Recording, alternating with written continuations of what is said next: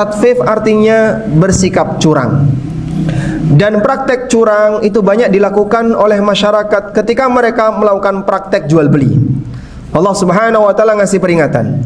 Wailun lil mutaffifin. Cilaka wong sing mutaffif. Sinten niku mutaffif? Alladzina idza talu 'alan nasi yastawfun wa idza kaluhum aw wazanuhum yukhsirun. Yaitu manusia yang apabila dia membeli mintanya dipenuhi, bahkan kalau bisa dihimboi, ditambahi. Wa idza kaluhum aw wazanuhum yukhsirun, tapi ketika dia menjual untuk orang lain sukanya mengurangi.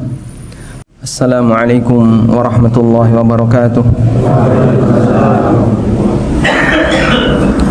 Innal hamdalillah nahmaduhu wa nasta'inuhu wa nastaghfiruh wa na'udzu billahi min shururi anfusina wa sayyiati a'malina. May yahdihillahu fala mudilla lahu wa may yudlil fala hadiyalah. Wa asyhadu an la ilaha illallah wahdahu la syarika lah. Wa asyhadu anna Muhammadan 'abduhu wa rasuluh. Ya ayyuhalladzina amanu taqullaha haqqa tuqatih wa la tamutunna illa wa antum muslimun. Ya ayyuhan nasu taqu rabbakumul ladzi khalaqakum min nafsin wahidah wa khalaqa minha zawjaha wa batha minhuma rijalan katsiran wa nisaa'a wattaqullaha alladzi tasaaluna bihi wal arham innallaha kana 'alaikum raqiba. Ya ayyuhalladzina amanu taqullaha wa qulu qawlan sadida yuslih lakum a'malakum wa yaghfir lakum dhunubakum wa may yuti'illaha wa rasulahu faqad faza fawzan 'azima. Amma ba'du, fa inna asdaqal hadithi kitabullah wa khairal huda huda nabiyyina Muhammadin sallallahu alaihi wasallam wa syarral umuri muhdatsatuha fa inna kulla muhdatsatin fid dini bid'ah. Wa usalli wa usallim ala nabiyyina Muhammadin wa ala alihi wa sahbihi ajma'in. Hadirin jamaah Jumat belakang Allah Subhanahu wa taala. Syukur alhamdulillah layak kita haturkan kehadirat Allah atas kemudahan yang Allah berikan kepada kita untuk melaksanakan rangkaian ibadah sepanjang bulan Ramadan. Dan kita berharap semoga ibadah kita diterima oleh Allah taala dan selalu kita iringi dengan doa, Rabbana taqabbal minna innaka antas samiul alim. Ya Allah, terimalah amal dari kami, sesungguhnya Engkau zat yang maha mendengar lagi maha mengetahui. Nabiullah Ibrahim alaihi salatu wassalam diperintahkan oleh Allah untuk meninggikan Ka'bah, karena ketika Ka'bah di zaman Ibrahim hanya tinggal pondasinya, sementara bagian atasnya tidak ada. Maka Allah Subhanahu wa taala perintahkan kepada Ibrahim dan Ismail untuk meninggikan Ka'bah. Pada waktu Nabi Ibrahim dan Ismail meninggikan Ka'bah, beliau selalu mengiringi doa, Rabbana taqabbal minna innaka antas samiul alim. Ya Allah, terimalah amal kami, sesungguhnya Engkau zat yang maha mendengar lagi maha mengetahui. Jika Ibrahim alaihissalam seorang imamut tauhid, seorang hamba yang sangat serius ketika beramal, sungguh-sungguh ketika beramal, selalu mengiringi amalnya dengan memohon kepada Allah agar diterima, maka kita sebagai manusia biasa yang imannya tidak bisa dibandingkan dengan Ibrahim, lebih butuh untuk banyak berdoa semacam ini. Selanjutnya jamaah, perlu kita menyadari bahwa Allah Subhanahu wa taala zat yang maha baik, dan Allah hanya menerima yang baik, sebagaimana yang ditegaskan oleh Nabi sallallahu alaihi wasallam, innallaha thayyibun la yaqbalu illa thayyiban. Sesungguhnya Allah zat yang maha baik dan Allah tidak akan menerima kecuali yang baik. Baik dalam beramal artinya adalah orang melaksanakan amal itu dengan sempurna, dengan sebaik mungkin, sesuai dengan petunjuk Nabi sallallahu alaihi wasallam, dan dia laksanakan dengan ikhlas. Apabila bagian ini ada yang ternodai, artinya misalnya dia tidak ikhlas atau amalnya tidak sesuai dengan petunjuk Nabi sallallahu alaihi wasallam, maka tidak bisa disebut sebagai amal yang baik dan kemungkinan besar tidak akan diterima oleh Allah Subhanahu wa taala. Karena itu kita bisa melihat ada banyak sekali peringatan baik dalam Al-Qur'an maupun hadis Nabi sallallahu alaihi wasallam yang memerintahkan kita untuk melakukan amal yang baik. Allah Subhanahu wa taala berfirman, "Wa ma umiru illa liya'budullaha mukhlishina lahuddin. Tidaklah mereka diperintahkan kecuali agar mereka beribadah kepada Allah dengan mengikhlaskan amalan kepadanya. Nabi SAW juga mengatakan, man amila amilan laisa alaihi amruna fahuwa radd. Barang siapa yang melakukan amal yang tidak ada ketetapan dari kami, tidak ada petunjuk dari kami, maka amal itu tertolak. Selanjutnya jamaah, dalam Al-Quran Allah Subhanahu wa ta'ala melarang keras orang melakukan praktek yang disebut dengan praktek tatfif. Napa niku tatfif? Tatfif artinya bersikap curang. Dan praktek curang itu banyak dilakukan oleh masyarakat ketika mereka melakukan praktek jual beli. Allah Subhanahu wa ta'ala ngasih peringatan, wailun lil mutaffifin, cilaka wong sing mutaffif.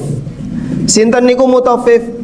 Alladzina idza talu 'alan nasi yastawfun wa idza kaluhum aw wazanuhum yukhsirun. Yaitu manusia yang apabila dia membeli mintanya dipenuhi, bahkan kalau bisa dihimboi, ditambahi. Wa idza kaluhum aw wazanuhum yukhsirun, tapi ketika dia menjual untuk orang lain sukanya mengurangi. Allah Subhanahu wa ta'ala ngasih ancaman kepada orang semacam ini. Ala yadhunnu ulaika annahum mab'utsun. Tidakkah mereka sadar kalau mereka nanti akan dibangkitkan oleh Allah di hari kiamat? Ada model manusia yang ketika dia berinteraksi muamalah dengan orang lain, berinteraksi dalam urusan harta dengan orang lain, dia suka bersikap curang, tidak memenuhi kewajiban dia. Tapi giliran dia menuntut hak, dia sangat semangat, pokoknya tidak boleh ada haknya yang dikurangi.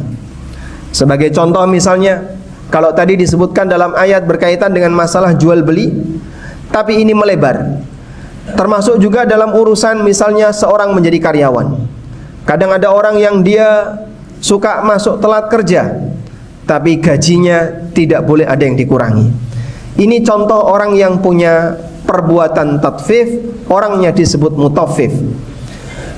Dan jamaah di belakang Allah, ternyata dalam pemahaman para ulama, tatfif tidak hanya berlaku dalam urusan muamalah, termasuk juga berlaku dalam urusan ibadah. Karena ibadah itu punya takaran, maka siapa yang melaksanakan ibadah sesuai dengan takarannya, Allah akan berikan balasan yang sempurna. Sebaliknya, orang yang mengurangi takaran ibadah, maka berarti dia telah melakukan tatfif, dia adalah mutaffif dalam ibadah.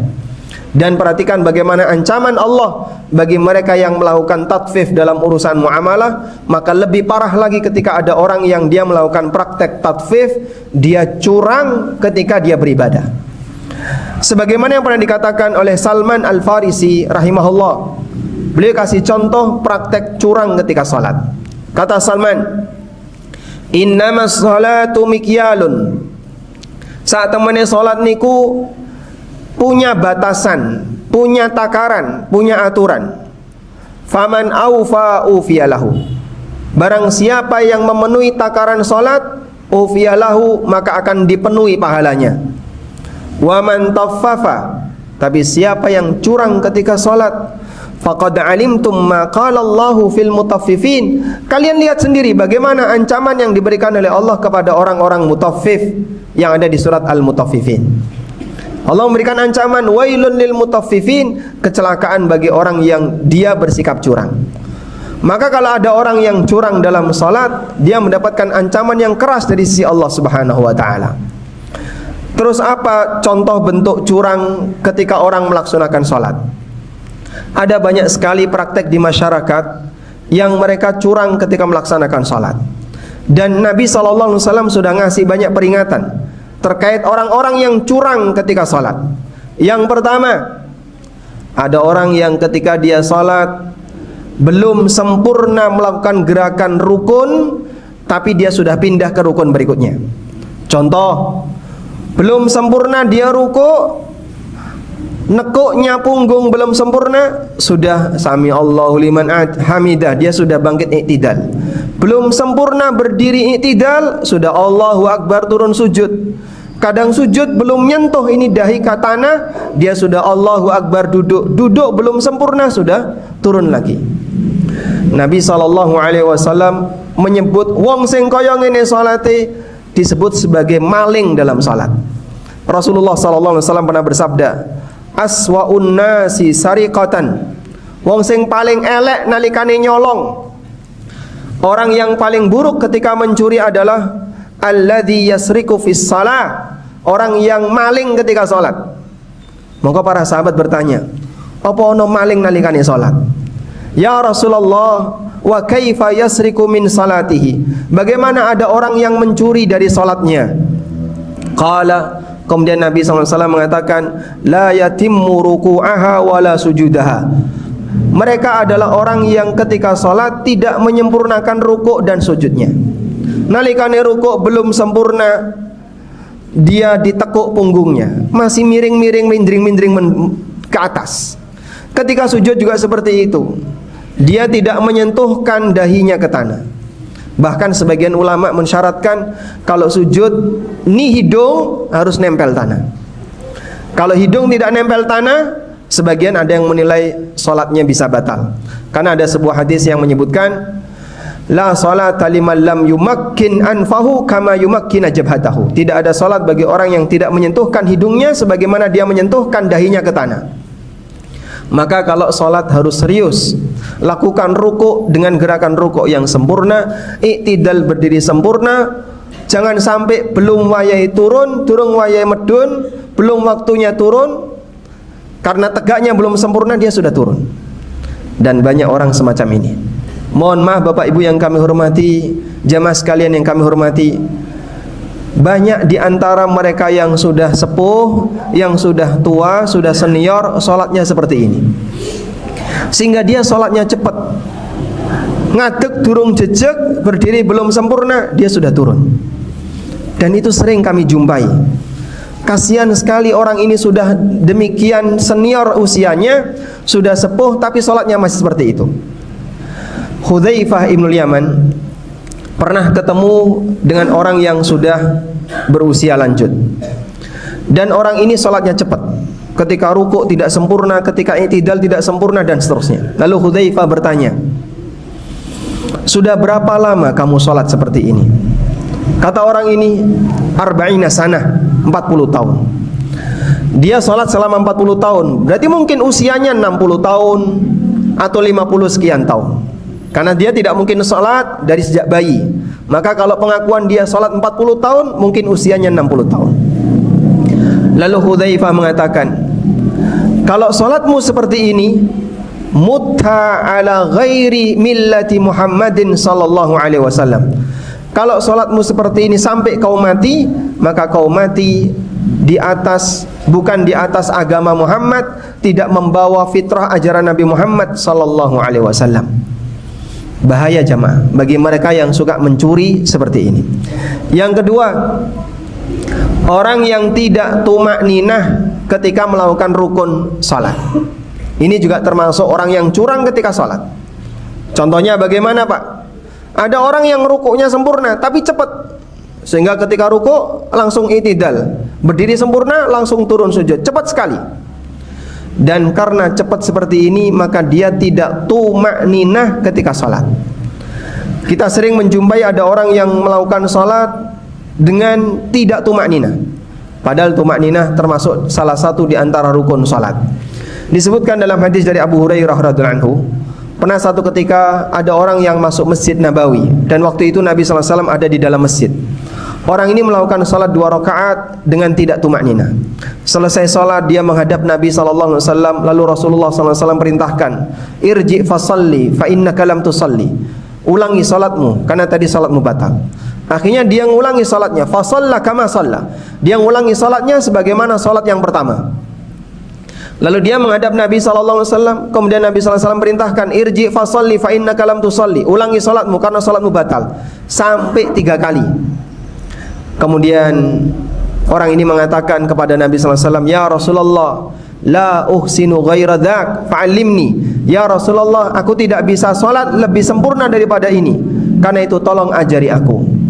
Kemudian Nabi SAW mengajarkan salat minimalis, yang kalau di bawah itu hukumnya batal. Hadis ini sangat terkenal disebut oleh para ulama dengan istilah hadis musi fi salatihi. Hadis orang yang salatnya salah karena dia tidak tumakninah ketika salat. Maka hati-hati jamaah, praktek tidak tumakninah itu termasuk di antara maling ketika salat, curang ketika salat, dan seperti yang dikatakan oleh sahabat Salman Al-Farisi rahimahullah radhiyallahu anhu, bagaimana dengan ancaman yang diberikan oleh Allah bagi orang-orang yang mereka suka bersikap curang ketika salat. Kita mohon kepada Allah Ta'ala, semoga Allah Subhanahu wa Ta'ala menjadikan kita hamba-hambanya yang selalu berusaha untuk melaksanakan amal sebaik mungkin, agar kita tidak disebut sebagai orang yang curang ketika beramal. Aqulu qauli hadza wa astaghfirullah.